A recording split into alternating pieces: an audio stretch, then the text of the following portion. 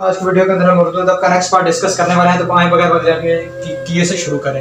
اردو مسدس لکھنے والے پہلے ہیں تو آپ نے یاد رکھنا ہے رفیع الدین سودا۔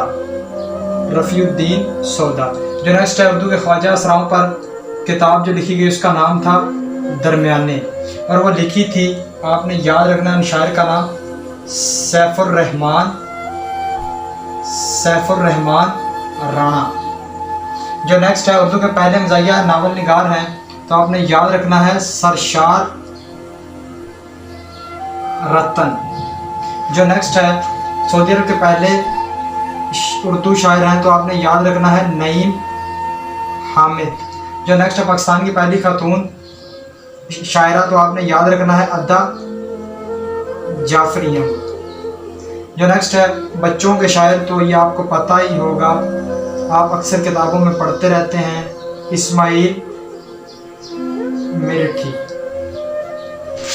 اردو کے پہلے مضمون نگار ہیں تو یہ بھی آپ نے یاد رکھنا ہے سر سید احمد۔ تو یہ تھا نیکسٹ پارٹ، اس کو آپ لوگ دیکھ لیں۔